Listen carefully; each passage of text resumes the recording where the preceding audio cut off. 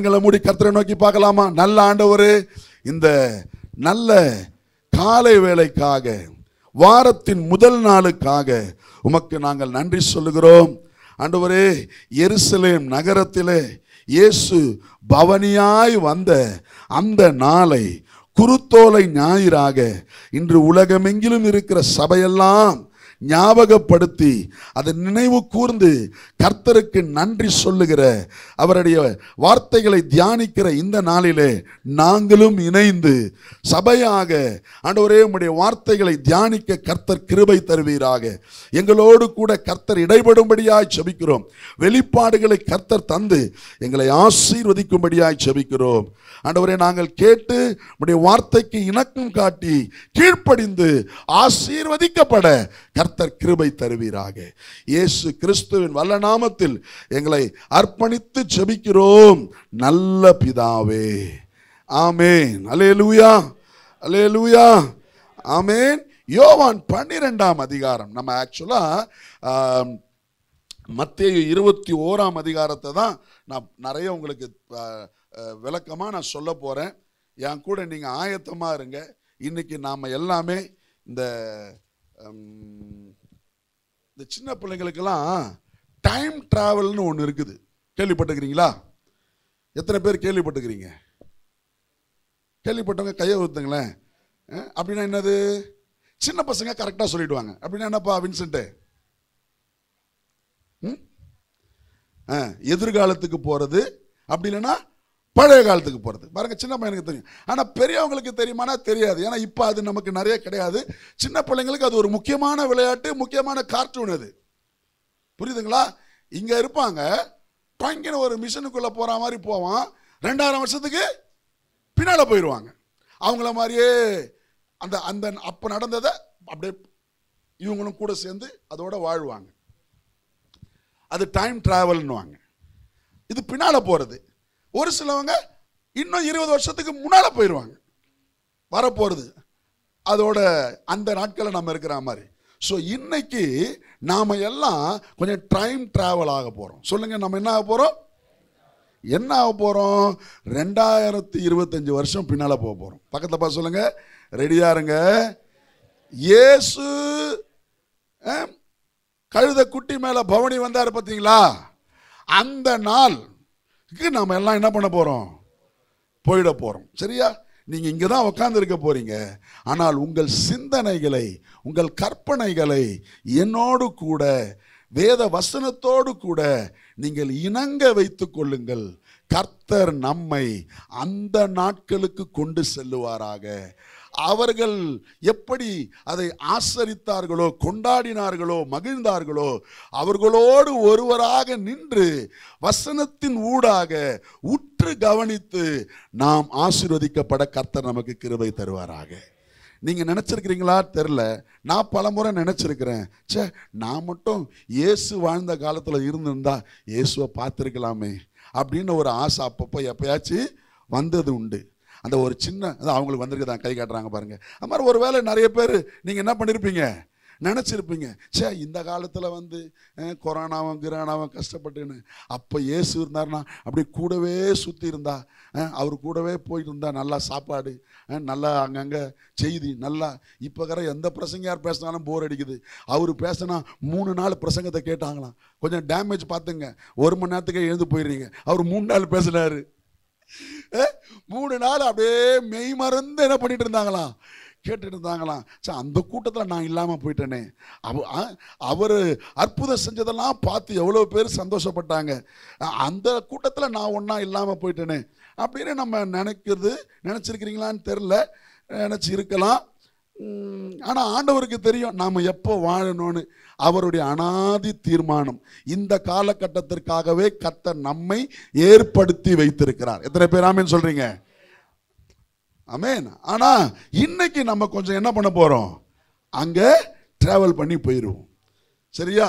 நம்முடைய காரியத்தெல்லாம் மறந்து கொஞ்சம் இயேசுவின் காலத்துக்கு பிரயாணப்பட்டு போக கர்த்தர் நமக்கு கிருபை தருவாராக. அப்படின்னா நான் என்ன சொல்கிறேன்னா, உங்களுக்கு எல்லாம் பாஸ்போர்ட் இல்லாமல், விசா இல்லாமல், விமானம் இல்லாமல், டிக்கெட் இல்லாமல் உங்களை நான் எங்கே கூட்டு போக போகிறேன்? இப்போது எருசலேமுக்கு, இஸ்ரேல் நாட்டுக்கு எருசலேமுக்கு என்ன பண்ண போறேன்? கூட்டு போறேன் ஃப்ரீயா. எப்படி சந்தோஷம் தானே? பாஸ்போர்ட் வேணாம், விசா வேணாம், ஏரோப்ளேன் வேணாம்.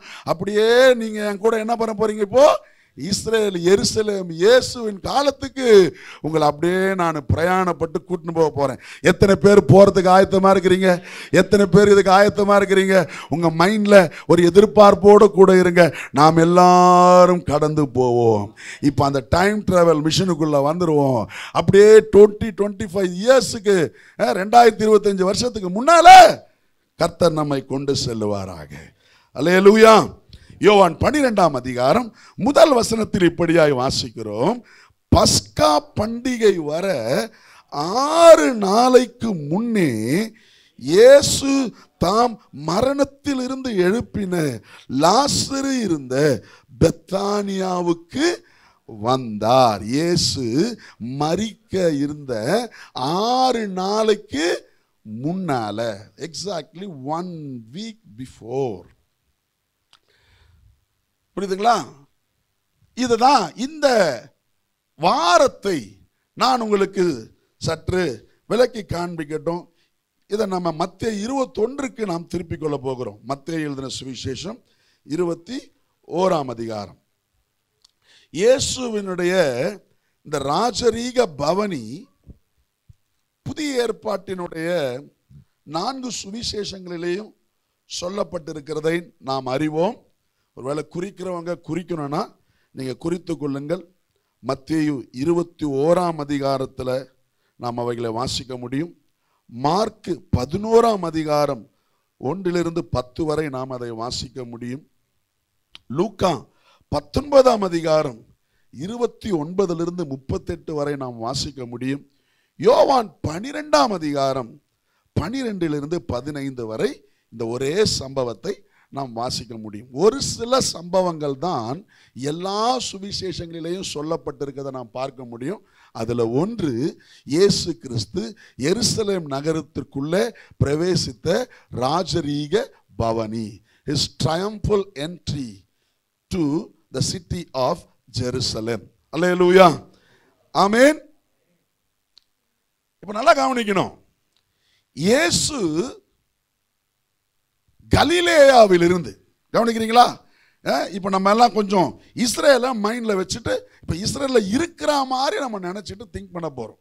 இயேசு கலிலேயாவில் இருந்து, நல்லா கவனிச்சாதான் நீங்க புரியும் பார்த்துங்க. அதனால டிஸ்ட்ராக்ட் ஆகாதீங்க, கொஞ்சம் கவனிங்க. கலிலேயாவில் இருந்து இப்போ இயேசு எருசலேமுக்குள்ள வராரு. சொல்லுங்க, எங்க இருந்து எங்க வராரு?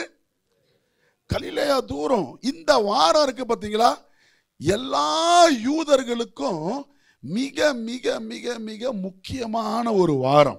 ஏன்னா வருகின்ற வெள்ளிக்கிழமை, இப்ப நான் என்ன இப்பெல்லாம் நம்ம எங்க இருக்கிறோம்னு சொல்லி இருக்கிறேன், 2025 வருஷத்துக்கு பின்னால இருக்கிறோம். அதனால நான் அப்படிதான் பேச போறேன், நீங்க அப்படிதான் புரிஞ்சுக்கணும். சரியா? வருகின்ற வெள்ளிக்கிழமை நம்ம எருசலேம் ஆலயத்துல முக்கியமான ஒரு பண்டிகை. அது என்னன்னா பஸ்கா பண்டிகை, பெஷாக் பண்டிகை. என்ன பண்டிகை? எப்போ? அது வருகின்ற வெள்ளிக்கிழமை முக்கியமான ஒரு பண்டிகை, பஸ்கா பண்டிகை. இந்த பஸ்கா பண்டிகைக்காக எருசலேம் நகரமே ஆயத்தமாயிட்டு இருக்குது.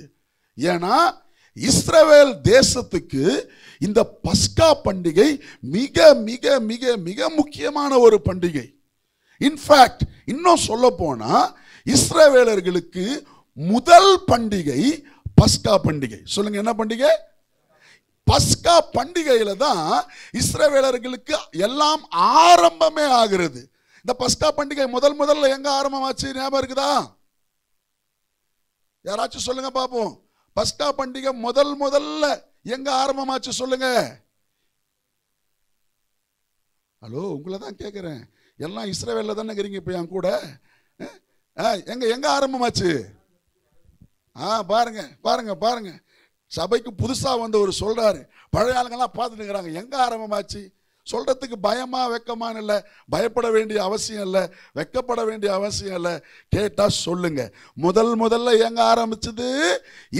எகிப்தில அடிமைகளா இருந்தார்கள். அடிமைத்தனத்திலிருந்து மோசே மூலமாக வெளியிலே கொண்டு வருவதற்காக தேவன் அவர்களுக்கு பஸ்கா ஆட்டை அடிக்க சொல்லி ஒரு ஆசரிப்பை கட்டளையிட்டார். பஸ்கா ஆட்டை அடித்து எகிப்தை விட்டு என்ன பண்ணாங்க? வெளியில வந்தாங்க. அப்ப முதல்ல அங்கதான் ஆரம்பிச்சது. கரெக்டா? அதுதான் இவர்களுக்கு கர்த்தர் கொடுத்த முதல் பண்டிகை. இந்த முதல் பண்டிகையை பேஸ் பண்ணி தான் அடுத்து வரப்போகிற அசைவாட்டுதலின் பண்டிகை, அறுப்பின் பண்டிகை, கூடார பண்டிகை, 7 பண்டிகை நான் சொல்லியிருக்கேன், ஞாபகம் இருக்குதா? எக்கால பண்டிகை, அதெல்லாம் நடக்க போகுது. பாஸ்டர் எப்போ சொன்னீங்க பாஸ்டர் அப்படின்னா, எப்போ சொன்னேன்னு எனக்கு ஞாபகம் இல்லை, ஆனால் ஒரு 2 வருஷத்துக்கு முன்னால் சொன்னேன்னு மட்டும் எனக்கு ஞாபகம் இருக்குது. மறந்துருந்தா திரும்பவும் இந்த பண்டிகைகள்லாம் ஒரு நாள் என்ன பண்ணுறேன், பேசுகிறேன். இஸ்ரவேலுடைய பண்டிகைகள் அவசியம். ஆனால் இந்த எல்லா பண்டிகையுமே எதை பேஸ் பண்ணி இருக்குதுன்னா பஸ்கா பண்டிகை. அப்போ இந்த பஸ்கா பண்டிகை ரொம்ப முக்கியம் இஸ்ரவேலர்களுக்கு. அதுவும் எருசலேம் பட்டணத்துக்கு ரொம்ப முக்கியம். எருசலேம் ஆலயத்தில் பஸ்கா ஆடு அடிக்கப்படணும். அதுக்கு பட்டணமே ரொம்ப அமளி துமளியா இருக்குது. எப்படி நம்ம ஊர்ல இங்க தீபாவளி வரப்போகுதுன்னா அந்த தீபாவளி வாரம் எப்படி இருக்கும்? சேல்ஸ் எல்லாம் பரபரன்னு இருக்கும். கலக்கட்டம் இல்லை. ஒரு பக்கம் ஸ்வீட் கடையில் கூட்டம், ஒரு பக்கம் பாத்திர கடையில் கூட்டம், ஒரு பக்கம் ஜவுளி கடையில் கூட்டம், ஒரு பக்கம் வீடுகளில் பட்டாசு கடையில் கூட்டம். இங்க நம்ம ஊர்ல அந்த மாதிரி பஸ்கா பண்டிகைக்காக எருசலேம் பட்டணமே எப்படிதான் இருக்கும்?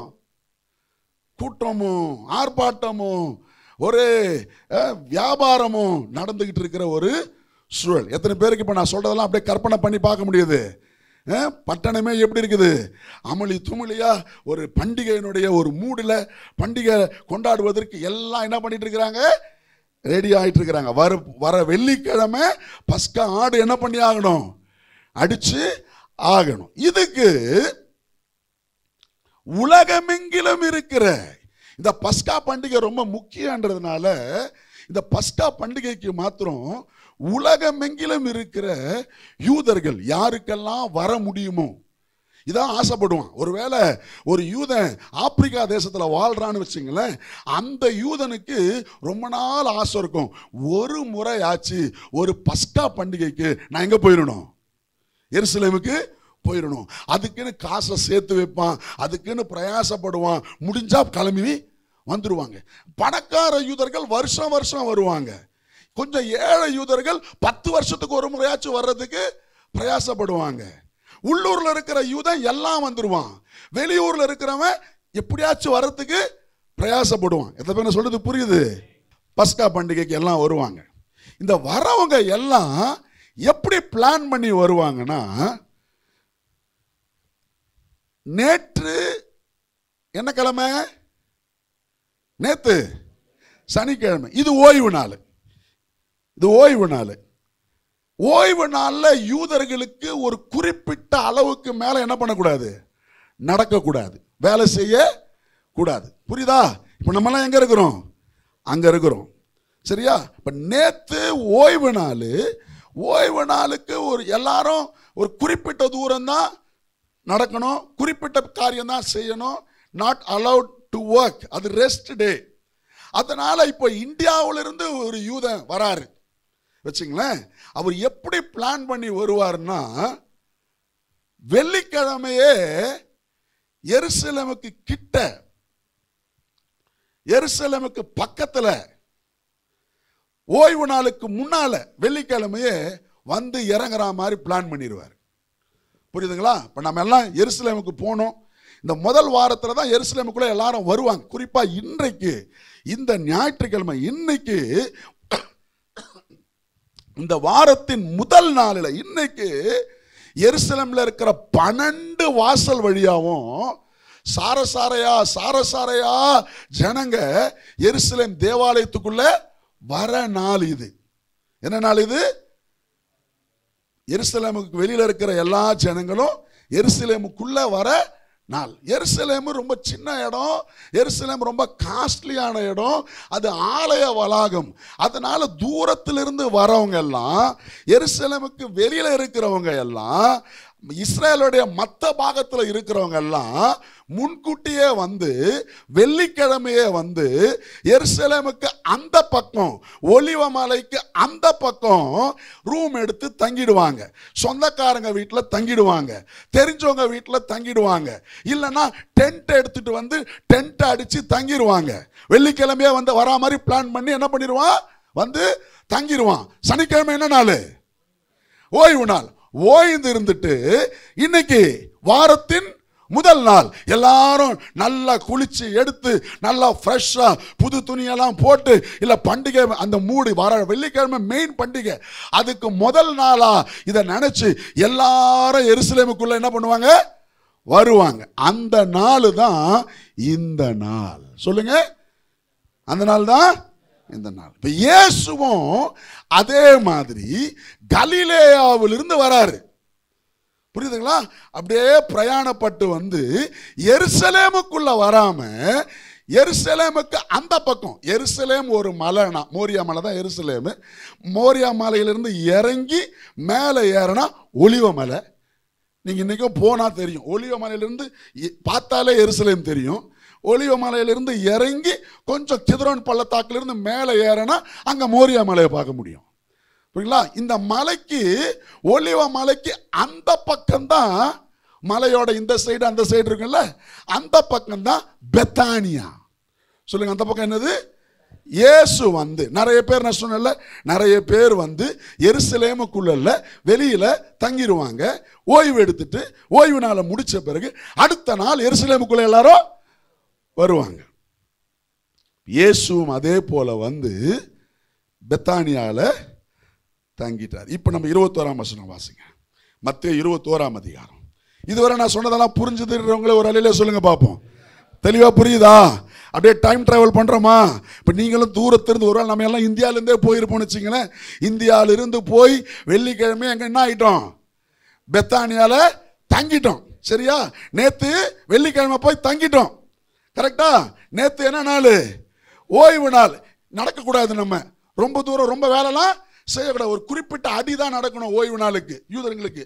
அதனால எல்லாம் ஓய்ந்து இருந்து, வசதி இருக்கிறவங்க, இப்போ விக்டர் மாதிரி ஆள்லாம் பெரிய ஹோட்டலில் ரூம் போட்டாரு. இப்போ லோகு மாதிரி ஆள் லாசரு வீட்டில், பேதுரு வீட்டில், யார் வீட்லையா தங்கிட்டாரு. இப்போ என்ன மாதிரி ஒன்றும் இல்லாததெல்லாம் ரோட்டில் டென்ட் அடிச்சு இல்லை பாய போட்டு படுத்துக்கிட்டு எப்படியோ காலத்தை ஓட்டி கார்பரேஷன் குழால மூஞ்ச கழுவிட்டு இன்னைக்கு காலையில் என்ன ஆகிட்டோம் எல்லாம் சொல்லுங்க. அவங்க இப்ப ரெடி ஆகி எல்லாம் எங்க போறோம்? எருசலேமுக்குள்ள. நம்ம மட்டும் போல, நம்மள மாதிரி ஒரு பெருந்திரள் கூட்டம் வருது. ஏன்னா எல்லாருக்கும் இந்த நாள் எங்க போற நாள்? வர வெள்ளிக்கிழமைக்காக இன்னையிலிருந்தே கொண்டாட்டம் ஆரம்பம். எல்லாரும் எங்க போறோம்? ஆலயத்துக்குள்ள போகிற ஒரு காலம், தருணம், காலை. இந்த ஓய்வு நாள் காலை, வாரத்தின் முதல் நாள் காலை. இன்னைக்கு நம்ம காலையில் வந்திருக்கிறோமே, இந்த மாதிரி எல்லாம் ரெடி ஆகி போற ஒரு நேரம். அந்த நேரம் தான் வாசிப்போமா? மத்தேயு 21ஆம் அதிகாரம். அவர்கள் எருசலேமுக்கு சமீபமாய் சேர்ந்து ஒலிவ மலைக்கு, நான் சொன்ன இதெல்லாம் அருகான பெத்பகேயுக்கு வந்தபோது, நல்லா கவனிங்களேன், பெத்தானியாவுக்கு பக்கத்துல தான் என்ன ஊர் இருக்குது? பெத்பகேயு ஊர் இருக்குது. இப்ப அங்க வந்துட்டாங்க.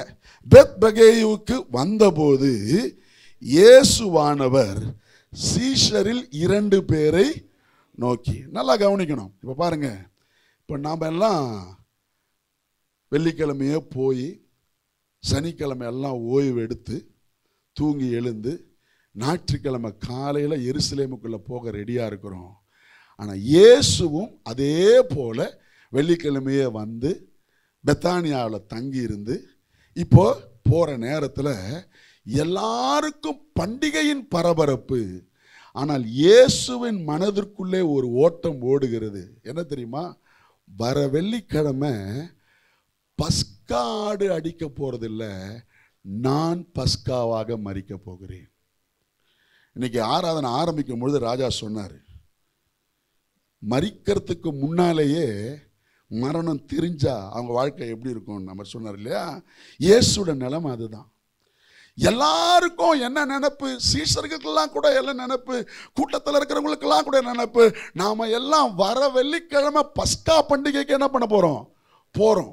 ஆனா இயேசுவுக்கு தெரியும், வர வெள்ளிக்கிழமை பஸ்கா ஆடு அடிக்கப்படுவது முக்கியம் இல்லை, நான் இந்த உலகத்திற்கு பஸ்கா ஆடாக அடிக்கப்பட வேண்டும், அதற்காகத்தான் பிதா என்னை அனுப்பினார் என்று சொல்லி இப்போ பரபரப்பா பஸ்கா கொண்டாட்டத்தில் இருக்கிற ஜனங்களை தன் பக்கமாய் திருப்ப வேண்டும்.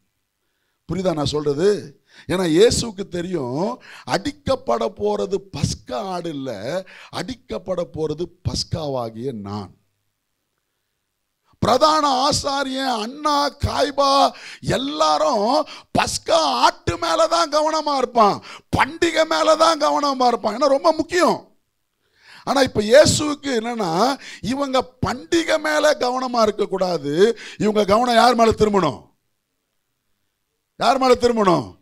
இயேசு மேல திரும்பணும், என் மேல திரும்பணும். காரணம், நான் அடிக்கப்படணும்.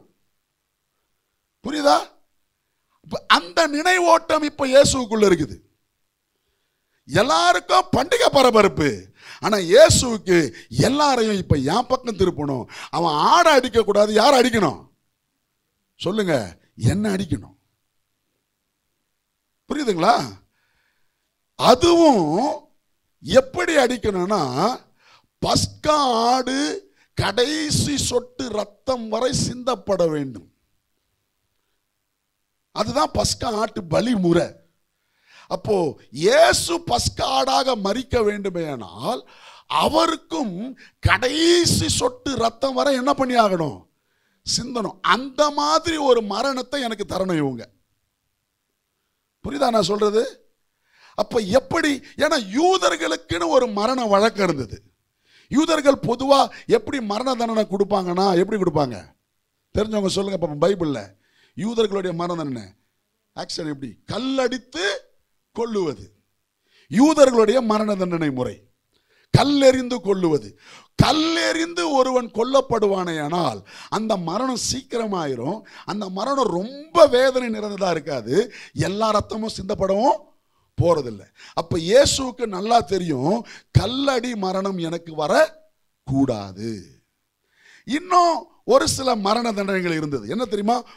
சிறை சேதம் செய்து கொல்லுவது. அந்த காலகட்டத்தில் இருந்த ஒரு மரண தண்டனை. கழுத்தை வெட்டி, அது முழு சரீரத்துக்கும் வேதனை இல்லை, கழுத்தை வெட்டி மூளைக்கு போற நரம்பு கட்டான உடனே உயிர் போயிடும்.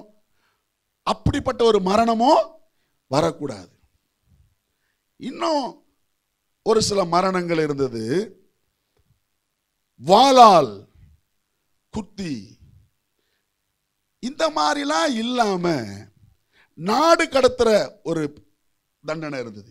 இதெல்லாம் இல்லாம எப்படிப்பட்ட தண்டனை வேணும்னா, உலகிலேயே மிக கொடூரமான ஒரு தண்டனை.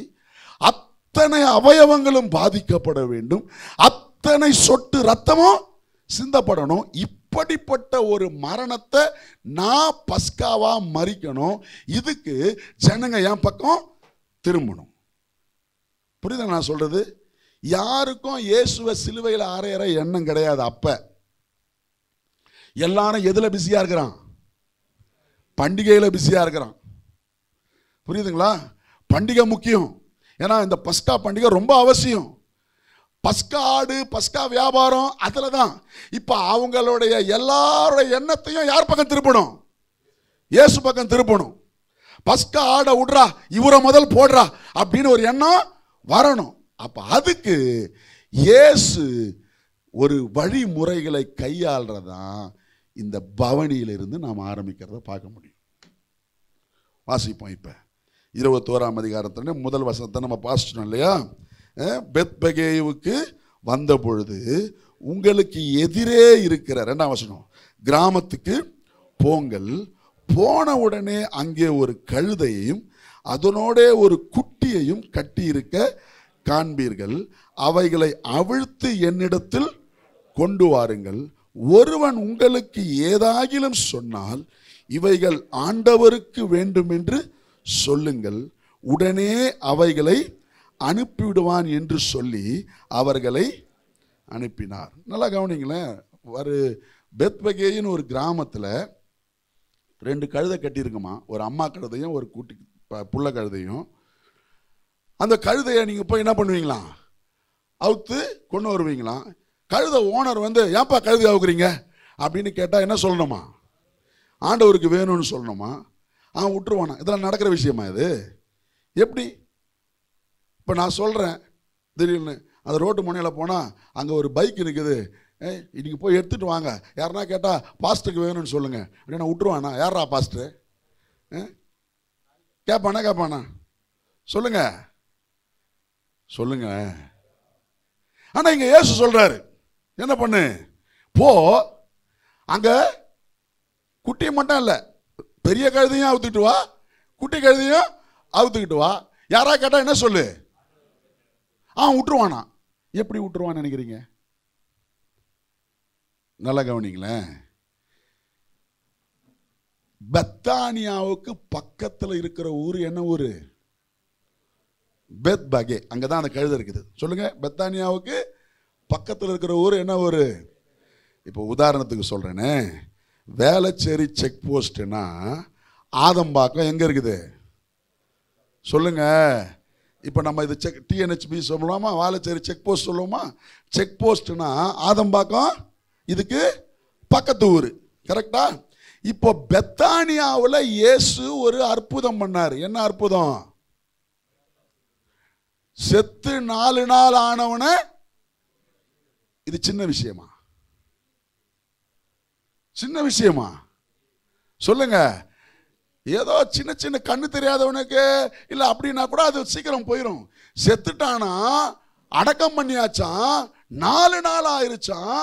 ஆனா இவர் வந்து என்ன பண்ணிட்டாராம், உயிராக்கிட்டாரான்னா இந்த நியூஸ், இது டிஎன்ஹெச்பி மதியழகன் தெருவில் நடக்கிற நியூஸ் ஆலந்தூருக்கு தெரியுமா தெரியாதா?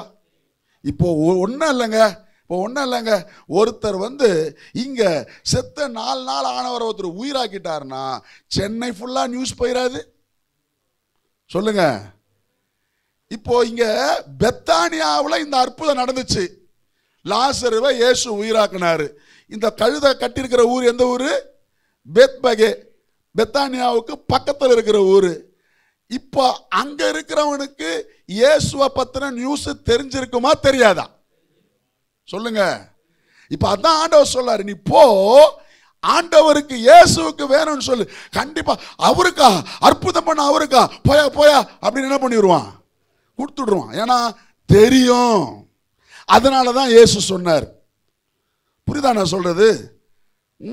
இப்போ அந்த உரிமையில் அந்த இதுல இயேசுவை கழுதையில வச்சு கூட்டு போறாங்க. நல்லா கவனிக்கணும். இப்ப நம்ம நிறைய பேர் நினைச்சுக்கிறது உண்டு, கழுதையில போறது தாழ்மையை காட்பதற்காக. இன்னும் நிறைய கிறிஸ்தவங்க அல்லது நிறைய ஊழியக்காரங்களே பேசுறது நான் பார்த்திருக்கிறேன். தாழ்மையாக அவர் கழுதை குட்டியின் மேலே பவனி வந்தார், அவர் அவ்வளவு தன்னை தாழ்த்தினார் அப்படின்னு சொல்றத நீங்க கேட்டிருப்பீங்க, கேட்டிருக்கலாம். ஆனா அது அப்படி இல்லை. இயேசு தாழ்மையுள்ளவர் உண்மை, அதுல மாற்று கருத்து இல்லை. ஆனா அவர் தாழ்மையானதுனாலதான், கழுதையில போனதுனாலதான் தாழ்மை நினைச்சிட்டா அது நம்ம தப்பு. ஏன் தெரியுமா? நம்ம ஊர்ல கழுதைன்னா இந்த தோபி வண்ணாங்கழுதைய மைண்ட்ல நம்ம வச்சுன்னு இருக்கிறோம். நமக்கு கழுதைன்னா என்னது? தோபி வச்சிருப்பான குள்ளமா வண்ணா பொதி சுமக்கிற ஒரு கழுதை நமக்கு, நம்ம மைண்ட்ல. அடுத்து நம்ம ஊர்ல ஒருத்தனை கழுதலை ஏத்திட்டு போறாங்கன்னா அது ஒரு தண்டனை மாதிரி. மொட்டை அடிச்சு கரும்புள்ளி செம்புள்ளி குத்தி எங்க வச்சுட்டு போவான், கழுதை மேல உட்கார வச்சு. இந்த பாரம்பரியத்தில் வந்த நமக்கு கழுதை மேல ஒருத்தர் பவனி வராருன்னா அவர் எவ்வளவு தன்னை தாழ்த்தினார் அப்படின்னு நம்ம நினைச்சா அது நம்ம தப்பு. இப்ப நம்ம எங்க இருக்கிறோம்? எத்தனை வருஷத்துக்கு முன்னால இருக்கிறோம்? நமக்கு புரிஞ்சிருக்கணும் கழுதையில வர்றது கௌரவம்னு. புரியுதா? அந்த நாட்களில ராஜாக்கள் கழுதையிலே சவாரி செய்வது வழக்கம். நல்லா கவனிக்கணும். குதிரையில சவாரி செய்யறது கொஞ்சம் கடினம். என்னதுங்க? குதிரையில சவாரி செய்யறது கொஞ்சம் கடினம். ஏன்னா குதிரை வேகமானது, குதிரை ரொம்ப தீவிரமானது. அப்ப குதிரையில ஒருத்தர் சவாரி செய்யறானா அவன் நல்ல திடகாத்திரமா, பலமா, அல்லது ஒரு ஸ்போர்ட்டிவா இருக்கிற போக முடியும். Warriors, sportsman. இப்ப நம்ம ஊர்ல கூட கார்ல நிறைய கார் இருக்குது, பாத்துக்கிறீங்களா? நிறைய வெரைட்டியாக கார் இருக்குது. இப்போ ஃபெராரின்னு சொன்னேன்னு வச்சுங்களேன், உடனே பசங்கள்லாம் சொல்லுவாங்க அதெல்லாம் வந்து யூத் காரு. அதெல்லாம் என்ன காரு? ஏன்னா 2 சீட்டு தான் இருக்கும். அதில் உட்கார்றது கூட குனிஞ்சிக்கின்னு போய் உட்கார்ற மாதிரி இருக்கும். ஏன்னா தரையோட தரையா ஒட்டி இருக்கும். ஆனால் ஆன் பண்ணவன சர்ன்னு பிச்சுக்கின்னு போவோம். அது என்ன காரு? ஒரு கார். இப்போ நம்ம கிராமத்தில் இருக்கிறவனுக்கு எல்லாம் கார் தாயா அப்படின்னு நினைப்பு. ஆனால் பட்டணத்தில் இருக்கிறவங்களுக்கு தெரியும் இது ஃபேமிலிக்கு யூஸ் ஆகாது, இது யாருக்கு தான் யூஸ் ஆகும். இப்போ நான் நமக்கு புரிஞ்ச மாதிரி பைக்குக்கே வரேனே இந்த கேடிஎம்லாம் வருது, இப்படி தூக்கின்னு பின்னால் உட்கார்ற பொண்ணு முன்னால் இருக்கிறவங்க மேலே அப்படி சாஞ்சின்னு வரும் பாருங்க, பார்த்துக்கிறீங்களா? அந்த பைக்கே அப்படி தான் மேனுஃபேக்சரே பண்ணுறான். அது எப்படி தான் இப்படி உட்கார நினச்சா முடியாது. எப்படி தான் உட்காரணும்? அது இப்படி தான் உட்காரணும். பார்த்துக்கிறீங்களா? அந்த பைக்கே அப்படிதான். அந்த அவங்க பேர் சொல்றாங்க R15 கேட்டீங்க. இப்போ இந்த பைக்கை நான் வாங்கினா பியூலா எப்படி உட்காரோம் யோசிச்சு பாருங்க. அப்படி நாங்கள் உட்காந்து வந்தா அடுத்த நாள் நீங்க எங்க சர்ச்சுக்கு வருவீங்க சொல்லுங்க? அது யாருக்கு? இது ஃபேமிலி பைக் இல்ல, இது சின்ன பசங்க பைக்கு. ஒரு சில நல்ல குடும்பத்தில் இருக்கிறவங்க சொல்லுங்க, டேய் இந்த மாதிரி பைக்கெல்லாம் வாங்காத, அக்கா தங்கச்சி உட்கார வச்சு என்ன பண்ண முடியாது, கூட்டு போக முடியாது. புரியுதா? அதனால வாங்கிறதுக்கே யோசிப்போம். நல்ல குடும்பத்தில் இருக்கிறவங்களுக்கு பசங்களுக்கு கூட வாங்கி கொடுக்க யோசிப்போம். ஏன்னா உன் அம்மா உட்கார வச்சு போக முடியாது, உன் அக்கா உட்கார வச்சு போக முடியாது, உன் தங்கச்சி உட்கார வச்சு போக முடியாது. உன் குடும்பத்துக்கு உதவாத பைக்கு எதுக்கு உனக்கு? அப்படி கேட்குறோம் உண்டா? நான் கேட்பேன். யார் கேட்குறாங்களே, நான் அப்படி தான் கேட்குற ஆள். புரியுதா? ஏன்னா அந்த பைக்கோட ரேஞ்சே அப்படிதான். முன்னாலாகிறவன் பள்ளத்தில் இருப்பான், பின்னாலாகிறது ஒரு 2 அடி மேலே இருக்கும். அது தனியாலாம் உட்கார முடியாது, ஒரு பக்கம் காலு போட்டுலாம் உட்கார முடியாது, 2 பக்கம் தான் காலு போடணும். முன்னால் இருக்கிறவன் மேலே கையை போட்டு சாஞ்சி கிடந்தாதான் வண்டி போவோம். இல்லைன்னா இப்படி போய் விழுந்துடும், அது முடியாது. புரியுதா? அந்த மாதிரி பைக் இருக்குது. கிராமத்துக்கு எல்லாம் பைக்கு தான். TVS 50 பைக்கு தான், KTM பைக்கு தான். ஒரு சிலவங்க அந்த காலத்து ஆளுங்களுக்கு எல்லாமே பைக்கு தான். புரியாது, இந்த வித்தியாசம்லாம் தெரியாது. ஆனா குதிரை வந்து இந்த KTM மாதிரி ரொம்ப ஹாஸ், எடுத்து தட்டோன்னா முறிக்கும். அது வேகம், சௌகரியம் கம்மி, ஆனா ஸ்பீடு. ஆனா கழுதை எப்படி தெரியுமா? நிதானமா, சௌகரியமா, அழகா, பொறுமையா போற லக்ஸரி காரு மாதிரி. சொல்லுங்க, என்ன காரு? அந்த காலத்துல ராஜா தான் சொந்த நாட்டை சுத்தி பார்க்க வரான் அல்லது ஒரு விசேஷத்துக்கு போறானா குதிரையில போக மாட்டான். ஏன்னா குதிரையில போனா தலைமுடியெல்லாம் பறந்து ட்ரெஸ் எல்லாம் அழுக்காகி ஒரு மாதிரி ஆயிரும். எதுல பவனி போவான்? எதுல பவனி போவான்? கோவேறு கழுதை. நம்ம நினைக்கிற வண்ணாங் கழுதைய மைண்ட்ல விட்டுருங்க. இப்ப நம்ம எங்க இருக்கிறோம்? இஸ்ரேல்ல இருக்கிறோம். அந்த கழுதை மைண்ட்ல வச்சுக்கணும். கோவேறு கழுதையில ரொம்ப அழகாக ஃபேமிலி கார் மாதிரி, அது ஏசிலாம் போட்டு ரொம்ப ஆடம், ரொம்ப அலுங்கல் குலுங்கல் இல்லாம, ஆடி கார்ல ஆடாம போறாங்களே அந்த மாதிரி அலுங்கல் குலுங்கல்லாம் இல்லாம அழகா மெதுவா பொறுமையா போய் சேர்க்கிறது எது? சத்தமா சொல்லுங்க. நீங்க நல்லா கவனிச்சு பாருங்க, பைபிளை நீங்க படிச்சிருப்பீங்க. யோசேப்பு தனக்கு நியமித்திருந்த மரியாதை எது மேல உட்கார வச்சு கூட்டு போனாரு?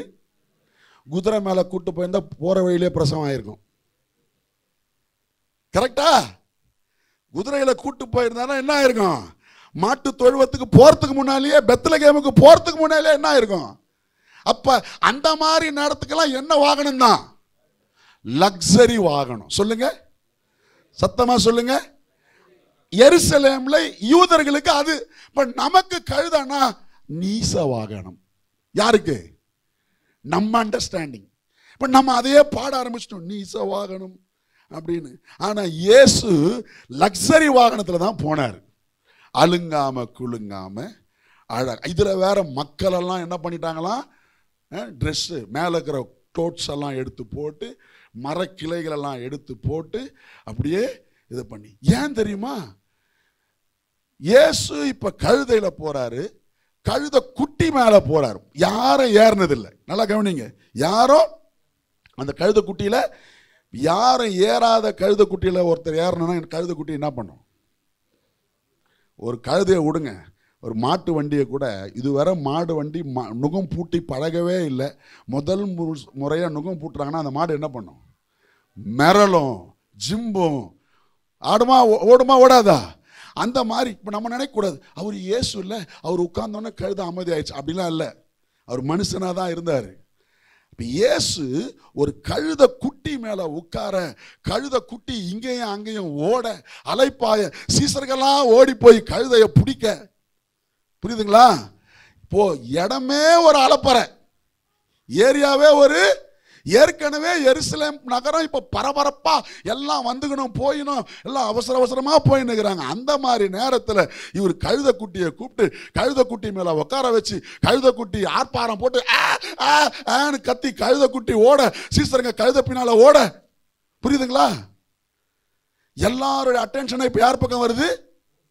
சத்தமா தான் சொல்லுங்க, இயேசு பக்கம் வருது.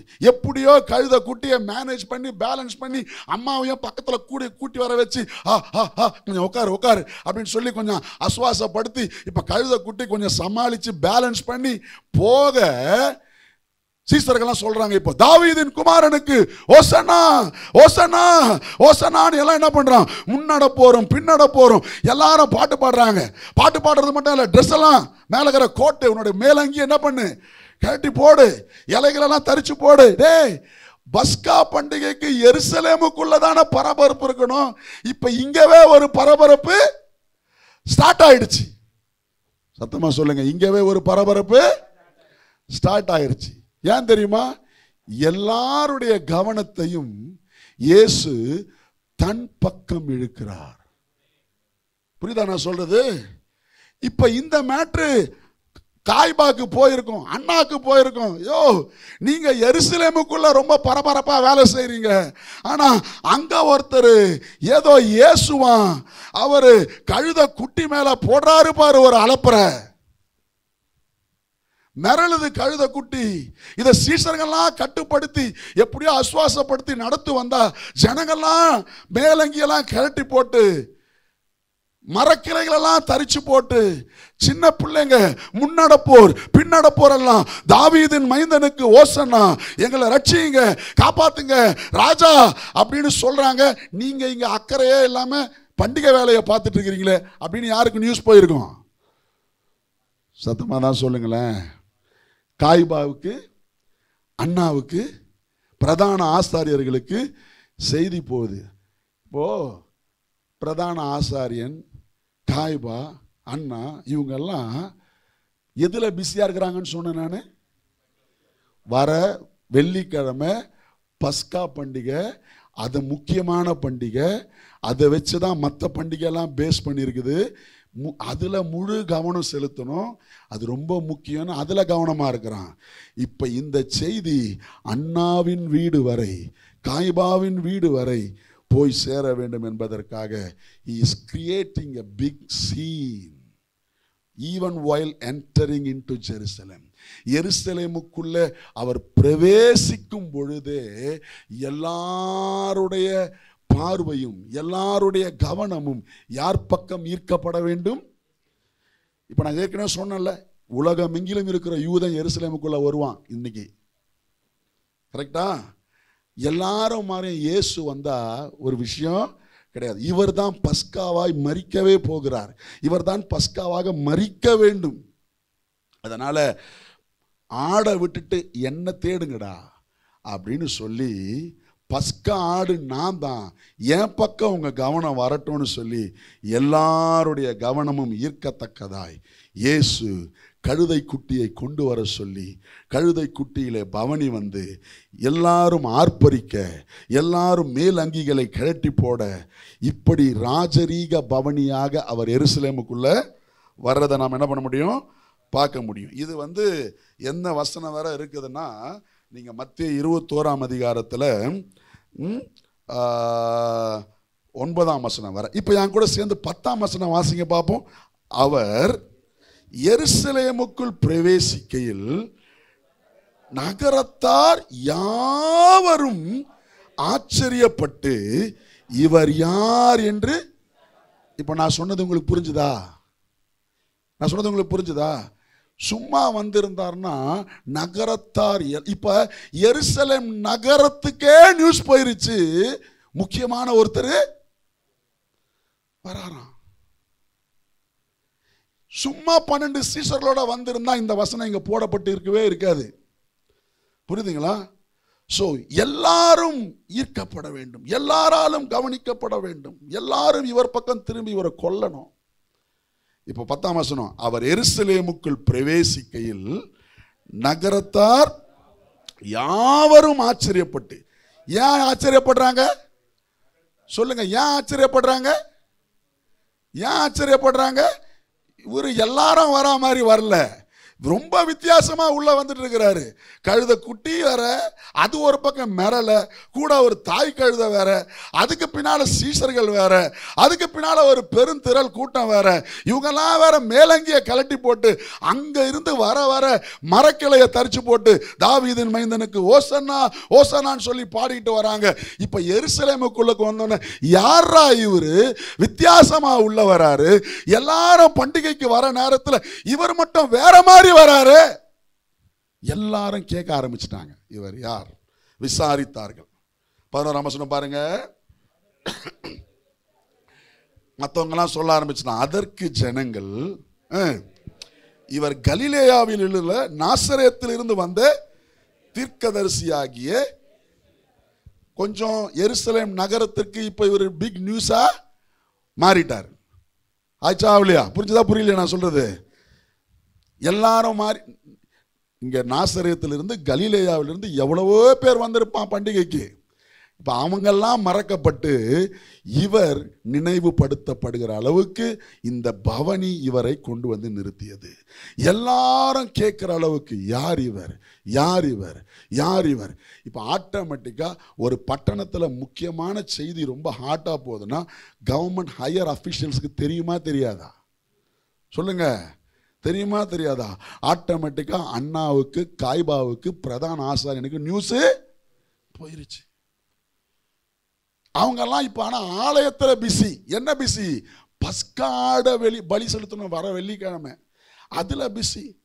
ஒருவேளை நிறைய பேர் சொல்லியிருப்பாங்க, அண்ணா காய்பா என்னப்பா புதுசா ஒரு அமளி உண்டாகுது, ஏதோ கலிலேயாவிலிருந்து நாசரேத்திலிருந்து இயேசுன்னு ஒருத்தர் வந்தாராம், எல்லாரும் அவரை ராஜான்றாங்க, அவரை தாவீதின் குமாரன் சொல்றாங்க. ஏற்கனவே அங்கங்க அற்புதம் பண்ணிட்டு பிரச்சனை பண்ணிட்டு இருந்தாரு, நீங்க அப்பவே சும்மா விட்டீங்க. இப்போ வந்து சபைக்குள்ள எருசலேமுக்குள்ள பஸ்கா பண்டிகைக்குள்ள வராரு, எல்லாரும் அவர் பக்கம் திரும்பிட்டாங்க. நீங்க கவனம் இருக்குமா? சும்மா ஏதோ செய்ய மாட்டீங்களா? ஒன்றும் பண்ண மாட்டீங்களா? உடனே காய்பா என்ன சொல்லியிருப்பான்? பொறு பொறு பொறு, பண்டிகை முடியட்டும் பார்த்துக்கலாம் சொல்லியிருப்பாங்களா? சொல்லியிருக்க மாட்டாங்களா? பொறு. நம்ம ஒரு முக்கியமான வேலை சொல்லணும், இப்போ விட்டுருங்கயா, பண்டிகை முடிச்ச உடனே என்ன பண்ணிக்கலாம், இவரை ஒரு வழி பார்த்துக்கலாம். ஆனா பண்டிகை இவர் அடிக்கப்படாம முடியக்கூடாது. பண்டிகை பலியே யார் தான்? இவர் தான். அப்ப இயேசு அவங்களை இவர் பக்கம் திருப்பி ஆகணும். நீ பண்டிகை பலி மேல கவனத்தை விட்டுட்டு என்ன பலி ஆக்கிறதுக்கு உன் கவனம் வரணும். விடல, இயேசு அடுத்த லெவலுக்கு போறாரு. பக்கத்துல பார்த்து சொல்லுங்க. இப்ப இயேசு பரபரப்பா நியூஸா வந்த இயேசு is entering into the next situation. என்னது பாருங்க, இயேசு 12ஆம் வசனம்,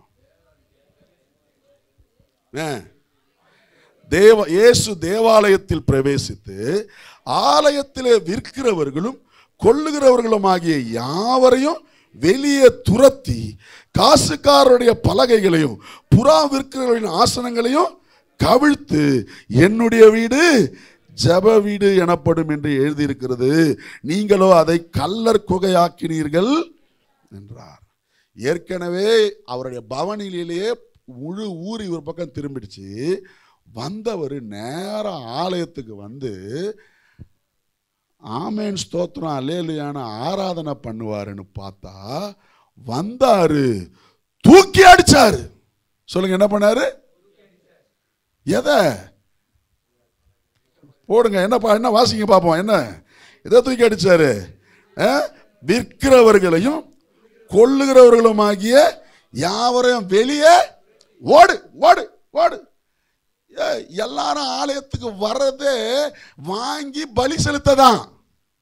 நான் ஆரம்பத்திலே சொன்னல, பல நாடுகளிலிருந்து பல தேசங்களிலிருந்து பஸ்கா பண்டிகைக்கு யூதர்கள் வருவார்கள். வரவன் அவங்க கரன்சியை கொண்டு வருவான். அவன் என்ன பண்ணணும்? எருசலேமுக்கு இஸ்ரேல் கரன்சிக்கு காயின் மாற்றணும். மாற்றினாதான் அவன் ஆட்டையோ மாட்டையோ பலி பொருளை வாங்கி பலி செலுத்த முடியும். ஆனால் இவர் அதுக்கு தடை பண்ணுற மாதிரி, வழி இல்லாத மாதிரி தூக்கி அடிக்கிறாரு. விற்கிறவர்களுடைய பலகைகளை எல்லாம் தூக்கி வச்சு துரத்துறாரு. நல்லா கவனிங்களேன். இப்போ அடுத்த வாரம் ஊர் திருவிழா, முக்கியமான பண்டிகைன்னா இந்த ஒரு வாரம் முழுக்க ரோட்லலாம் கடை போடுவாங்கல்ல, ஒரு வாரத்துக்கு கடை போடுவாங்கல்ல. இப்போ ஒரு ஆள் வந்து கடையெல்லாம் துரத்தி தூக்கி போட்டால் என்ன எல்லாரும் எங்கே போய் கம்ப்ளைண்ட் பண்ணுவாங்க? ஐயோ, விழா கமிட்டிக்கு சொல்லுவாங்கள்ல, நீங்கள் காசை வாங்கின்னு கடை போட விட்டா எங்கள் கடையை யாரோ ஒருத்தன் வந்து என்ன பண்ணுறான்? அடித்து துரத்து உடச்சி எல்லாத்தையும் திறந்து விட்டானே. இப்போ கொஞ்சம் யோசிச்சு பாருங்களேன். ஆலயமே அமளியாக போச்சு. புறாவை திறந்து விட்டாரு, ஆடு மாடை அவிழ்த்து விட்டாரு, விற்கிறவனெல்லாம் அடிச்சு துரத்துறாரு, டேபிள் எல்லாம் கவுக்குறாரு, காயினெல்லாம் செதறுது. கரெக்டா? ஆலயம் ஒரு பெரிய கேயாஸ்ல நிற்குது. எல்லாத்துக்கும் யார் காரணம்? சத்தமா சொல்லுங்க, இயேசுதான் காரணம். இப்போ எல்லாம் ஓடுறான் யார்கிட்ட? அண்ணா காபாய். அவங்க தான் பிரதான ஆசிரியர். அவங்க கிட்ட தான் கட்டுப்பாடு ஆலயமே. அவங்க தான் விற்கிறதுக்கு வாங்கிறதுக்கெல்லாம் இடம் கொடுத்தவங்களே. அவங்க தான் கடைக்கு அனுமதி கொடுத்தவங்க, காசை வாங்கிட்டு. இப்போ அவங்க கிட்ட போகுது, அண்ணா காய்பா நீ கடை போட வச்ச, ஆனா அங்கிருந்து வந்த இயேசு எங்க கடையெல்லாம் துரத்தி, எங்க கடையெல்லாம் அடிச்சு உடைச்சு, ஆடு மாடெல்லாம் விரட்டி விட்டு எங்க முதலெல்லாம் மோசமாக்கிட்டாரு. எங்களுக்கு ஒரு நியாயம் வேணும், வந்து பதில் சொல்லுங்க. இப்போ பண்டிகையை பார்க்கலான்னு இருந்த அண்ணாவுக்கும் காய்பாவுக்கும் இப்போ யாரை பார்க்க வேண்டிய நிலைமை? பண்டிகை முடிச்சிடலாண்டா. நமக்கு எந்த பண்டிகை முக்கியம்? பஸ்கா பண்டிகை முக்கியம்டா. ஆனால் இவர் பண்டிகைக்கு முக்கியம் விடுற மாதிரி தெரியல. என் பக்கம் வாங்க, என்ன போடுங்க பலி. ஏன்னா இவர் தான் பலியாக மாறணும். எத்தனை பேருக்கு இதுவரை நான் சொன்னதெல்லாம் புரிஞ்சுட்டு வருது? என்ன இது பாருங்க. தொடர்ந்து என் வீடு எல்லா ஜனங்களுக்கும், நான் நினைக்கிறேன் திரும்பவும் அண்ணா காய்பா சொல்லியிருப்பாரு, கொஞ்சம் பொறுத்துங்கடாடே, நமக்கு முக்கியமான பண்டிகை வெள்ளிக்கிழமை பண்டிகையை முடிச்சுட்டு அடுத்த சனிக்கிழமை ஓஞ்சிட்டு ஓய்வு நாள் ஓய்ந்து இருந்துட்டு அதுக்கப்புறம் இவர் என்ன பண்ணிக்கலாம் பார்த்துக்கலாம். இவனை பிடிச்சி ஏதாவது தண்டனை கொடுத்துடலாம், கவலைப்படாதீங்க, கொஞ்சம் பண்டிகையை நடக்க விடுங்கடா. அவன் தான் நடக்க விடுற மாதிரி தெரில, நீங்களும் அவன் கூட சேர்ந்து பிரச்சனை பண்ணுறீங்களே. நமக்கு முதல் பண்டிகை பலி முக்கியம், பஸ்கா பலி முக்கியம். கொஞ்சம் ஆஸ்வாசப்படுத்தியிருப்பான்னு நான் நினைக்கிறேன். இயேசு விட்டாரா? உடலை. அடுத்து இன்னும் என்ன ஆகுது பாருங்க. அடுத்த வசனம் பாருங்க, 14ஆம் வசனம்.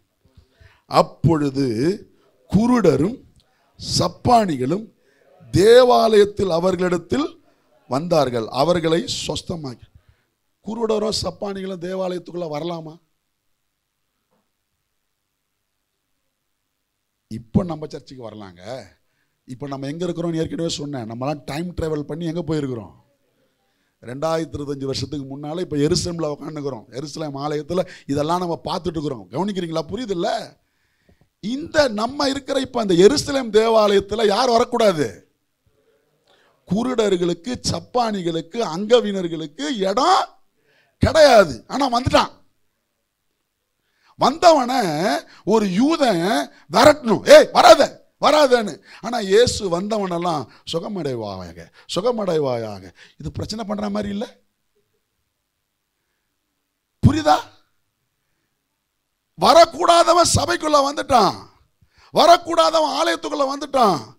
எல்லாரும் அபிஷ்டு அபிஷ்டு, நம்ம ஊர்ல சொல்லுவாங்கல்ல, இவன் வராத தீட்டு தீட்டுன்னு நினைக்க வேண்டிய நேரத்தில் இயேசு தீட்டு இல்லை, மகனே நீ சுகமாவாய். அவர் என்ன பண்ணாராம் பாருங்க, என்ன ஆகுது பாருங்க. அவர்களை சொஸ்தமாக்கினார். இதை பார்த்த உடனே அடுத்தது பாருங்க, அங்க இருக்கிற கொஞ்சம் டீன் எப்பயுமே கொஞ்சம் வித்தியாசமா யோசிக்கிறவர் இருப்பான் தெரியுமா, வாலிப பிள்ளைங்க. என்ன ஆகுது பாருங்க, அவர் செய்த அதிசயங்களையும் தாவீதின் குமாரனுக்கு ஓசனா என்ற தேவாலயத்தில் ஆர்ப்பரிக்கிற பிள்ளைகளை, உடனே இதை பார்த்தோன்னா பிள்ளைங்கள்லாம் என்ன சொல்லுது, தாவீதின் குமாரனுக்கு பாரு இன்னும் சூப்பரா கண்ணு தெரியுது, என்ன சூப்பரா நடக்கிறான் பாரு. பசங்க எப்பவுமே கொஞ்சம் டிஃப்ரெண்ட் திங்கிங்ல தான் இருப்பானுங்க, பாரம்பரியத்தை பிரேக் பண்ணணும் நிலைமையில இருப்பாங்க. They are celebrating Jesus. சபையிலே உண்டான அமளியிலே நாசரேத்திலிருந்து இயேசு வந்தாருன்னு கேள்விப்பட்ட உடனே ஆலயத்துக்கு வெளியில் இருக்கிற குருடன் சப்பானிக்கெல்லாம் தெரியும், ஏற்கனவே இவர் என்ன பண்ணவர், இவர் அற்புதங்களை செய்கிறவர். நாங்கள் எருசலேமிலிருந்து அவ்வளோ தூரம் வர முடியாது, ஆனால் இப்போ அவரே எங்கே வந்துட்டாரு, நம்ம பக்கத்தில் வந்துட்டார். விடக்கூடாதரா சான்ஸை, மிஸ் பண்ணக்கூடாதரா சான்ஸை. பூரா ஆலயத்துக்குள்ள நம்ம போகக்கூடாது.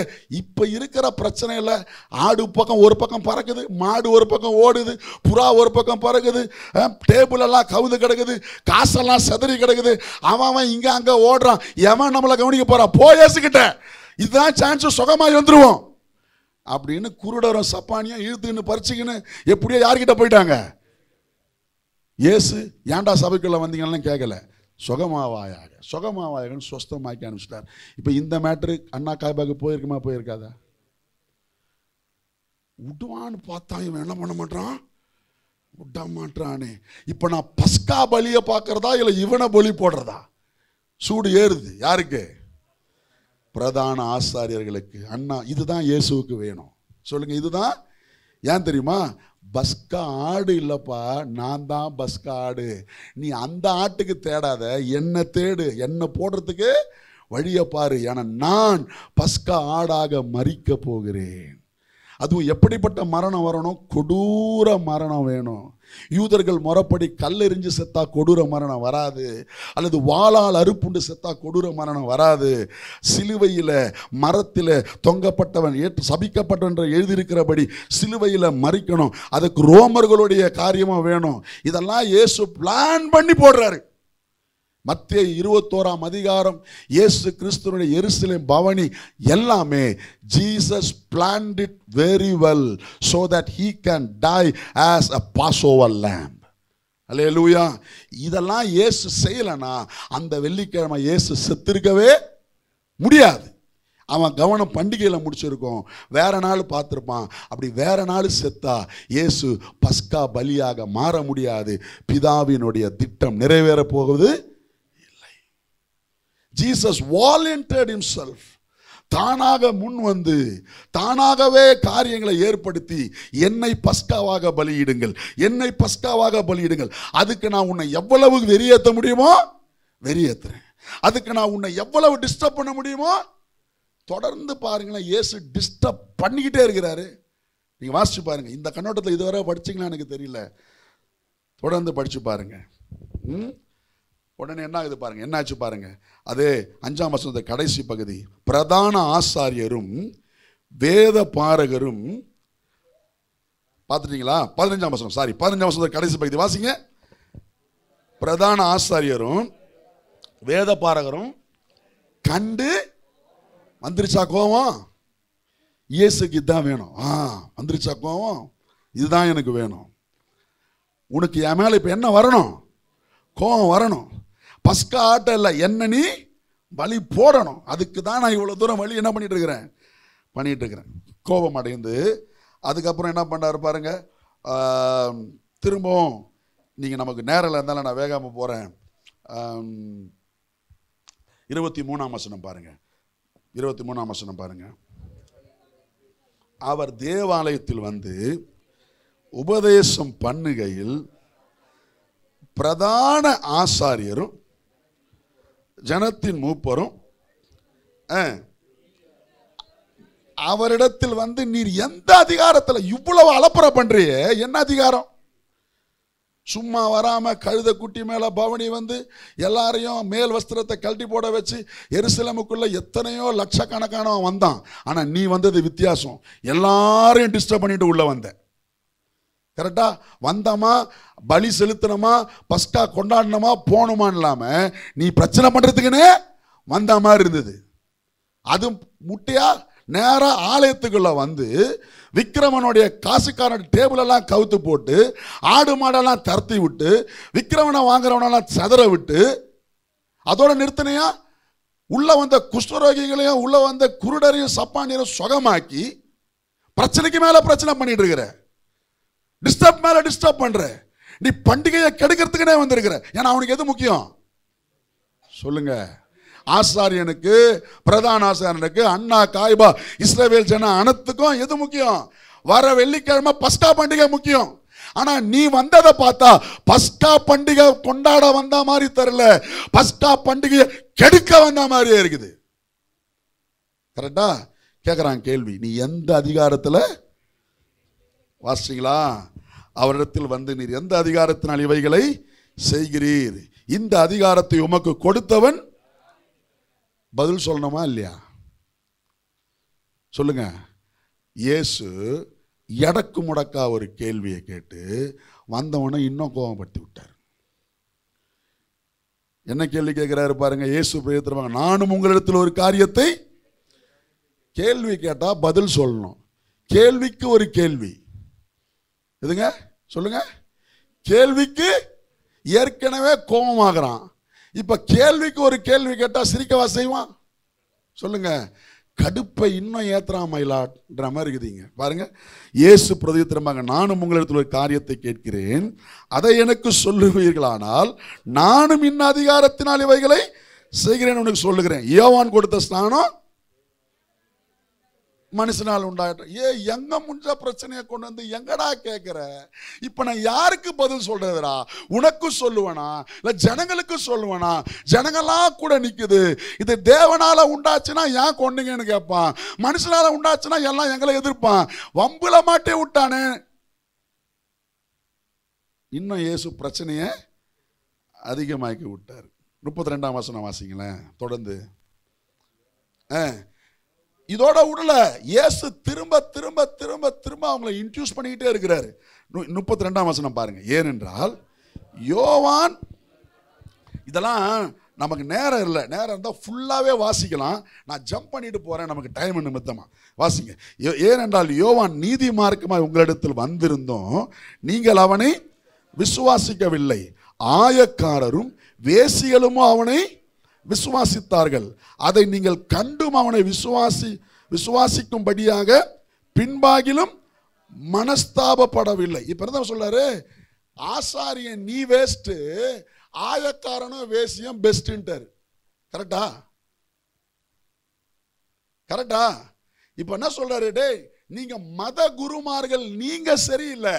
ஆனா உங்க பார்வையில யாரு பாவின்னு நினைக்கிறியோ, யார ஆயக்காரன், யார வேசி நினைக்கிறியோ அவங்க தான் சூப்பரு, நீ வேஸ்ட்னு சொல்லிட்டாரு. கோபம் வருமா வராதா? எரிச்சல் வருமா வராதா? அடுத்தது பாருங்க 43ஆவது வசனம். அடுத்தது 43. அப்படியே போங்க. ஆகையால், நேரம் இல்லை, நீங்க வீட்டில் போனா தொடர்ந்து வாசிங்க, அப்போதான் கண்டினியூஷன் புரியும். நான் ஸ்கிப் பண்றதுனால நீங்க அது விட்டுறாதீங்க. ஆகையால் தேவனுடைய ராஜ்யம் உங்களிடத்திலிருந்து, இவன் நினைச்சிட்டு இருக்கிறான் நான் தான் தேவனுடைய ராஜ்யத்துக்கு காவலாளின்னு. யாரு? ஆசாரியன், அண்ணா, காய்பா, பிரதர், நாங்க தான் we are the keepers of law, we are the keepers of commandments, we are the keepers of church அப்படின்னு நினைப்பு இவங்களுக்கு. ஆண்டவர் சொல்றாரு, உங்ககிட்ட இருந்து எப்பயோ தூக்கியாச்சு தெரியுமா? ஆகையால் தேவனுடைய ராஜ்யம் உங்களிடத்திலிருந்து நீக்கப்பட்டு அதற்கேற்ற கனிகளை தருகிற ஜனங்களுக்கு கொடுக்கப்படும். கோபம் வருமா வராதா? டெம்பரேச்சர் ஏறுமா ஏறாதா? இவ்வளோ கடுப்பேத்திட்டே இருக்கிறானே. அடுத்தது என்ன சொல்றாரு பாருங்க. இன்னும் இயேசு பிரச்சனையை விடுற மாதிரி தெரியல இயேசு. அடுத்தது 44ஆம் வசனம். இந்த கல்லின் மேல் சொல்றாரு, இந்த கல்லின் மேல விழுகிறவன் நொறுங்கி போவான், இது எவன் மேல் விழுமோ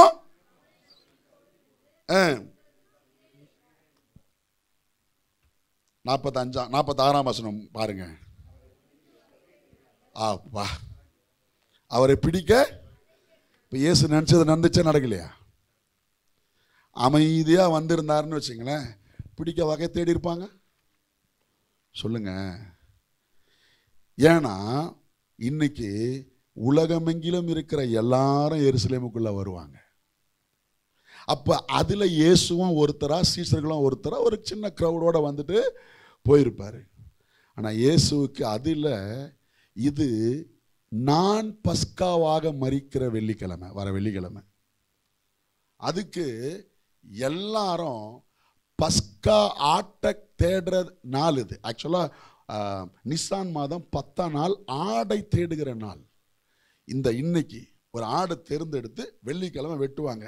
இப்போ ஏசு சொன்னார், அந்த ஆடு நான் தான், என்னை கண்டுபிடி. அந்த ஆடு யார் தான்? நான் தான், என்னை கண்டுபிடி. பழுதற்ற பஸ்கா நான் தான், நீ என்னை வெட்டுறதுக்கு நீ என்னை கண்டுபிடி. அது எப்படி நடக்கும்? சும்மா நடக்க போறதில்ல. பிரச்சனைக்கு மேலே பிரச்சனை பண்ணுறாரு, கலவரத்துக்கு மேலே கலவரம் பண்ணுறாரு. உன் கோபமெல்லாம் என் பக்கம் திரும்பட்டும், உன் விரோதம் எல்லாம் என் பக்கம் திரும்பட்டும். நீ என்ன கொல்லுவதற்கு நான் ஆயத்தம், பஸ்காவாக வருகிறேன் என்று சொல்லி இதெல்லாம் பண்ணும் பொழுது ஒரு பக்கம் நமக்கு இப்போ பார்க்கறதுக்கு ஒரு மாதிரி இருந்தாலும், இயேசு தன்னைத்தானே அறிந்து மனிதனாக இருந்தவர் தான் மரிக்க போகிறோம், மரிக்க வேண்டும் என்கிற உணர்வோடு இவைகள் அத்தனையும் நிகழ்த்துகிறதை நாம் பார்க்க முடியும். இதை ரொம்ப அழகாக மேத்யூ தெளிவாக எழுதுறத நம்ம கவனிக்கிறோம். இப்போ கடைசி அதிக வசனத்தில் என்ன ஆயிடுச்சு? அவரை பிடிக்க வகை தேடினார்கள். ஆனாலும் ஜனங்கள்லாம் தீர்க்கதரிசின்னு நம்புறதுனால கொஞ்சம் விட்டுருவோம், கொஞ்சம் பார்த்துப்போம். இயேசுக்கு இல்லை இல்லை இல்லை, நீ என்னை விடக்கூடாது, என்ன பண்ணி ஆகணும், என்ன இந்த வெள்ளிக்கிழமை என்ன நீ பலி செலுத்தித்தான் ஆகணும், உலகத்துக்கு ரட்சிப்பு வந்து தான் ஆகணும். நீங்கள் தொடர்ந்து, நமக்கு நேரில் முடிஞ்சிச்சு, நீங்கள் வீட்டுக்கு போய் வாசிச்சு பாருங்களேன். அடுத்தது அவர் பேசுறது எல்லாம் அவங்கள, ஐயோ வேதபாரகரே சதுசேயரே உனக்கு ஐயோ, அவனை பேசி திட்டி திட்டி திட்டி திட்டி ஒரு வழியா இவரை என்ன பண்ணிடுவோம், முடிச்சிருவோண்டான்னு சொல்லி யூதாசுக்கு காசை கொடுத்து அவனை கொலை செய்ய அவர்கள் திட்டமிடுகிறதை நாம் முழுசாக நாம் என்ன பண்ண முடியும், கவனிக்க முடியும். நான் இறுதியாக ஒன்று சொல்லி நான் முடிச்சிடுறேன். நம்ம நினைக்கிறோம் பொதுவாக யூதாசை முத்தத்தினால் இயேசுவை என்ன பண்ணா காட்டி கொடுத்தான்னு நம்ம நினைக்கிறோம், சொல்கிறோம். நம்ம எல்லாரும் அதை தான் நினைக்கிறோம். ஏன் இவ்வளவு பண்ண இயேசுவை யாருக்கும் அடையாளம் தெரியாதா? கேளுங்க, இவ்வளவு பண்ண இயேசுவை யாருக்கும் தெரியாதா? அவர் என்ன மாஸ்க் போட்டு என்ன பண்ணாரு, இல்லை மறைஞ்சு என்ன பண்ணாரு? ஓப்பனா போல்டா தைரியமா இல்ல பேசிட்டு இருக்கிறாரு. கேள்வி கேட்கிறவனுக்கு எதிர்கேள்வியில வச்சாரு. என்ன மூஞ்ச மூடிக்கிட்டா பேசினாரு, பர்தா போட்டுக்கிட்டா? இல்லையே. அப்ப ஏன் முத்தத்தினால யூதாஸ் காட்டி கொடுக்கணும்? ஆக்சுவலா ரோமர்களுடைய மரணம் என்பது சிலுவை மரணம். இந்த சிலுவை மரணம் இயேசுவுக்கு வேணும்.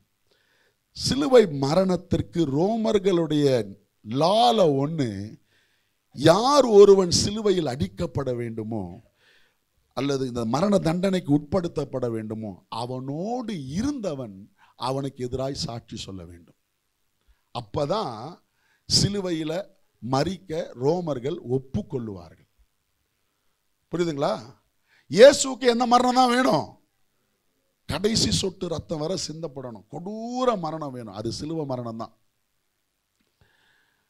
அப்ப யூதர்கள் இவரை அந்த மரணத்துக்குள்ள போனா அவர் கூட இருக்கிற ஒருத்தன் என்ன பண்ணி ஆகணும், பொய் சாட்சி சொல்லி ஆகணும். அதனால காசை கொடுத்து யூதாசை சாட்சி சொல்ல வச்சாங்க. முத்தத்தினால அவன் என்ன பண்ணா காட்டி கொடுத்தான். நாம நினைக்கிற மாதிரி இயேசு ஒன்றும் மாஸ்க் போட்டோ இல்லை இயேசு யாருன்னு தெரியாமலையோ இல்லை, ரோமர்களுடைய சிலுவை மரணத்திற்காகவே யூதாசை விலைக்கு வாங்கி அவங்க கூட இருந்த ஒருத்தனே சாட்சி சொல்லிட்டான். he was making a conspiracy against the government. அரசாங்கத்திற்கு விரோதமாக அவர் ஒரு குழப்பத்தை ஏற்படுத்துகிறார். அதற்கு யூதாசும் சாட்சி, கூட இருந்தவனும் சாட்சின்னு சொன்னதுனால தான் அவர்களுக்கு ரோம தண்டனையின்படி சிலுவையிலே மரண தண்டனை வந்தது. இதற்கு நான் சொல்றது புரியுது? அப்போ இந்த கழுதை குட்டி பவனியும் அதற்கு பின் நடந்து வருகிற ஒவ்வொரு சங்கதியும் இயேசு தானாக தன் முழு விருப்பத்தோடு எல்லாரையுடைய கோபத்தையும், குறிப்பாக பிரதான ஆசாரியர்களுடைய கோபம், ஏன்னா அவங்க தான் பலியை தேர்ந்தெடுக்கிறவங்க, பலியை கொடுக்கிறவங்க, அவங்க இயேசுவை தேர்ந்தெடுக்கணும், இயேசுவை பலி கொடுக்கணும், ஆட்டை விட்டுட்டு இயேசு பக்கம் வரணுன்றதுக்காக அவர்களுடைய ஈர்ப்பை, கோபத்தை தன் பக்கமாய் திருப்பும்படியாய் இயேசு வேண்டுமென்றே நிகழ்த்தின ஒரு சம்பவம் தான் ட்ரையம்பல் என்ட்ரி இன்டு ஜெருசலேம். எருசலேமுக்குள்ள வந்த ராஜரீக பவனி, ஆலயம் சுத்திகரிக்கப்படுதல், அதற்கு பிறகு நடக்கிற எல்லா உபதேச ஓமைகளும் நீங்க வாசிச்சு பாருங்க. தொடர்ந்து ஐயோ ஐயோ உனக்கு ஐயோ உனக்கு ஐயோன்னு சொல்லி திட்டுவார். இன்னைக்கு நான் எதை சொல்லி முடிக்க விரும்புகிறேன்னா, நம்மை அதிகமாய் நேசித்தபடினால் கொஞ்சம் யோசிச்சு பாருங்களேன். அடுத்த வாரம் வெள்ளிக்கிழமை நான் சாக போறேன்னு வச்சுங்க, கம்மிங் ஃப்ரைடே நான் சாக போறேன்னு வச்சுங்க, எனக்கு மனநிலைலாம் எப்படி இருக்கும்? சாவை தெரியாதவன் ஈஸியாக செத்துருவான், ஆனால் சாவை தெரிஞ்சவன் ஒவ்வொரு நிமிஷமும் சாவான். கரெக்டா? அதை மாதிரி ஒரு வேதனை, அதை மாதிரி ஒரு கொடூரமானது ஒன்றும் கிடையாது. குறிப்பாக இந்த தூக்கு தண்டனை கைதிகளுக்கு தூக்கு தண்டனை அறிவிக்கப்பட்ட பிறகு, நாள் குறிக்கப்பட்ட பிறகு ஒரு நாளும் உறக்கம் வரவே வராதாம். ஏன் தெரியுமா? இன்னும் 15 நாள் இருக்கு, இன்னும் 14 நாள் இருக்கு. அவனுக்கு மாத்திரையை கொடுத்து மெடிக்கல் உதவியோட தான் அவனை தூங்க வைப்பாங்க. ஏன்னா தூங்க முடியாது, சாப்பிட முடியாது. ஏன்னா நான் சாவ போறேன், இன்னும் 10 நாளில் சாவ போறேன், இன்னும் 9 நாளாக சாவ போறேன். அவனை ஃபுல்லாக மெடிக்கலுக்குள்ள அவனை ஓய்வெடுக்க வச்சு தான் தண்டனைகளை நிறைவேற்றுவாங்க. இயேசு இவைகளுக்கெல்லாம் விருப்பத்தோட தானாய் முன் வந்தார். ஏதோ ஒரு ஆடை அடிக்க தான் அவன் ஏற்பாடு பண்ணிட்டு இருந்தான். ஆடை விடுப்பா, என்ன அடின்னு சொல்லி தானாய் முன் வந்தார், தானாய் தன்னை ஒப்பு கொடுத்தார். அவர் அகிலம் படைத்த ராஜா. அவர்கள் பாடினது சும்மா இல்ல, உண்மை. தாவீதின் குமாரன் ஓசன்னா, கர்த்தாவே எங்களை ரட்சியும், அவர்தான் ரட்சகர், உண்மை. ஆனா அதை வாலண்டியரா அவர்களை இன்டியூஸ் பண்ணும்படி அவர் தானா செய்ய வச்சாரு. மனிதனாய் வந்த இயேசுவின் மனநிலையை யோசித்து பாருங்கள். தேவனா இருக்கிறது வேற, ஆனா ஆஸ் எ மேன் மனிதனா இருந்த இயேசு, அதனுடைய உச்சக்கட்டம் தான் கெத்செமனே தோட்டத்தில். இன்ஃபேக்ட் இயேசு சிந்தின முதல் துளி ரத்தம் மனிதனால் வந்தது அல்ல, தானாய் சிந்தியது. எத்தனை பேர் ஆமென் சொல்றீங்க? ஒரு மனுஷனும் இயேசுவை அடிச்சு ரத்தம் வர வைக்க முடியாது. அதுக்கு முன்னால he voluntarily shed his blood. கரெக்டா? அவருடைய ரத்த நாணங்கள் எல்லாம் வெடித்து ரத்தம் வேர்வை துளியாய் வெளிவந்து, அதுக்கப்புறம் தான் மனுஷனால் அடிச்சு வந்தது. டேய், நீ என்னடா அடிச்சு ரத்தம் வர வைக்கிறது? நானே ரத்தம் சிந்துறேன். எந்த மனிதனுடைய கையும் படுவதற்கு முன்னாலேயே இயேசு ரத்தம் சிந்தினார். எத்தனை பேர் ஆமென் சொல்றீங்க?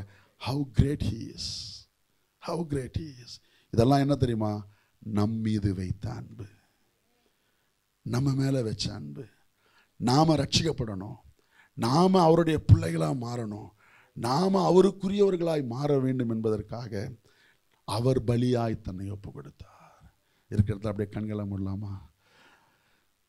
பஸ்கா ஆடாக தன்னை அர்ப்பணித்த இயேசு. இந்த பவனி எல்லாரும் ஒரு பக்கம் சந்தோஷம், ஜாலி, ஹாய் அப்படின்னு இருக்கிற நேரத்தில் அவருக்கு அது சந்தோஷம் இல்லை. எல்லாரும் கொண்டாட்டம் அப்படின்னும் போது இயேசு எருசலேமை பார்த்து கண்ணீர் விட்டாராம். he was crying inside, he was crying.